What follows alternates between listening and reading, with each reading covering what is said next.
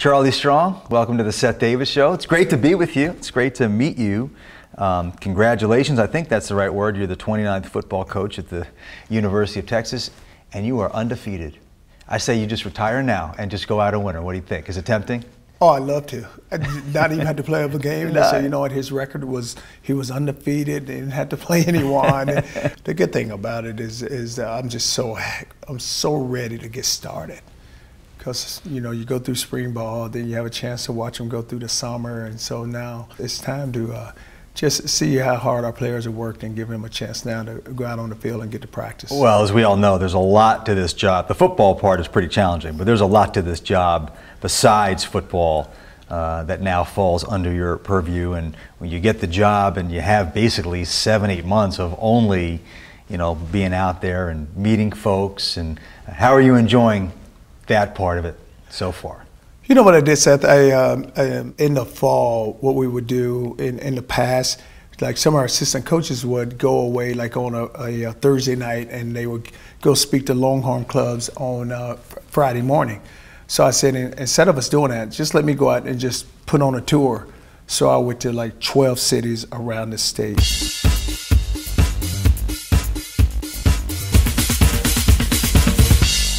It was so much passion and so much enthusiasm from our fans. I just wanted to give them a chance to meet me and just express to them just the direction of the program and where we were heading. I mean, everybody describes you as kind of an introverted guy. You're not one of those guys that likes to press the flesh and kiss babies in the media. This is like your worst nightmare, having to sit here and deal with the media. Is that true? I mean, do you acknowledge that you're not naturally a baby kisser, if you will? No, I love carrying on conversations. I really do love meeting people, and I think a lot of that just comes from just doing different interviews and what people have said about you, and just I think one time I was at the University of Louisville, and it was during basketball season, and our team was playing unbelievable. They was making a run, and so we go out to spring practice, and no reporters showed up.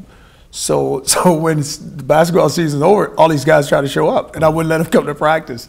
So then I think that's where all of it started. It's like, oh, I cannot believe he closed practice on the media. People tend to remember those things. Oh, they tend to remember it. But I said, you just could have sent a student worker to just cover just anybody. But I think that so much is said, but no, I don't mind it at all. Probably don't have a problem with getting reporters to show up to your practice now, so it's a good thing that that's no longer an issue. But it is interesting.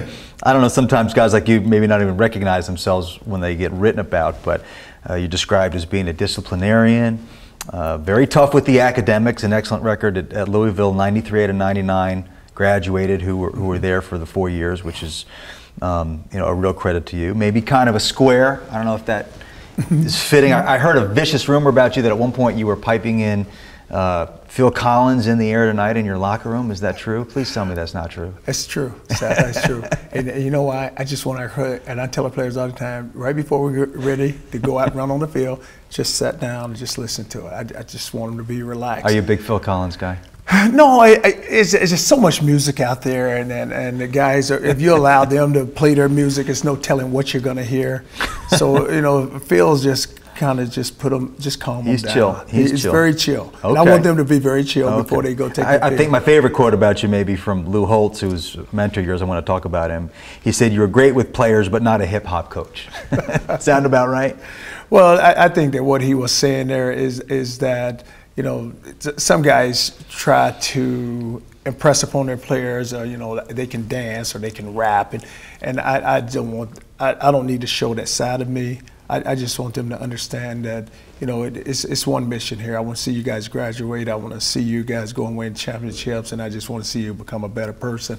And I have fun. I do. I have a lot of fun. If you go to talk to our players right now, I love being around them. I love joking with them. But then you have to be able to turn that switch on and then turn that switch off.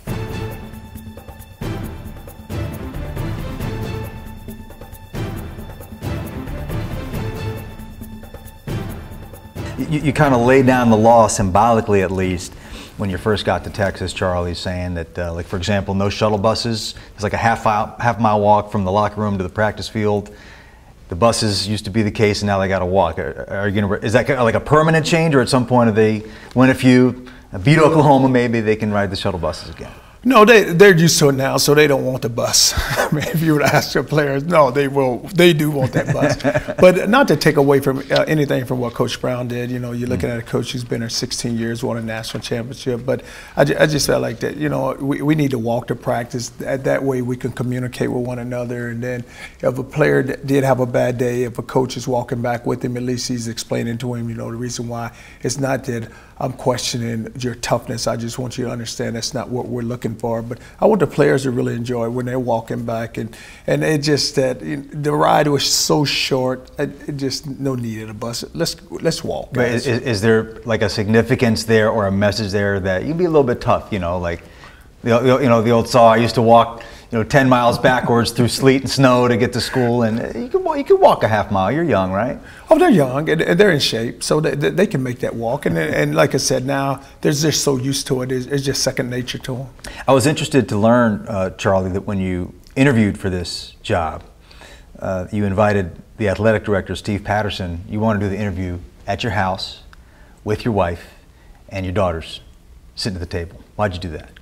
Well, I wanted, number one, I wanted everyone to be comfortable. And I just felt by coming to my house, everyone would be comfortable. And then my family was already there, and I wanted them to get a chance to meet my wife and my daughters because they were sitting around. But they didn't stay very long. They just came out, introduced themselves, and then they disappeared into different rooms or wherever they needed to go do. But I just wanted, when we sat around the table, that whatever questions were asked, I had questions, they had questions, and then you just felt so comfortable, and you was just in the right setting. And I just wanted that setting to be where, it's tight quarters. We sat around the table, it's tight quarters, but, everyone's comfortable, everyone's looking at one another, and the questions will be asked and the questions be answered. Was that the first time you'd done that? Because I know that you interviewed for other jobs over the years.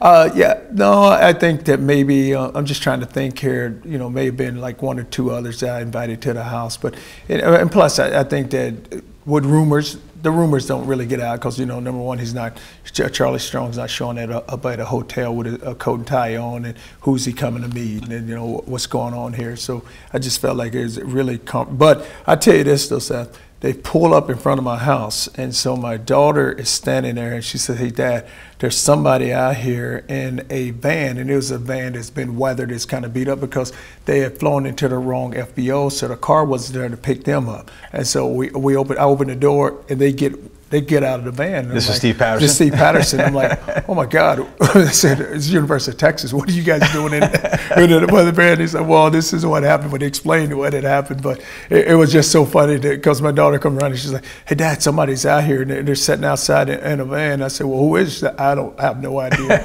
And then open the door and there's Steve walking out. Probably not how you envisioned it.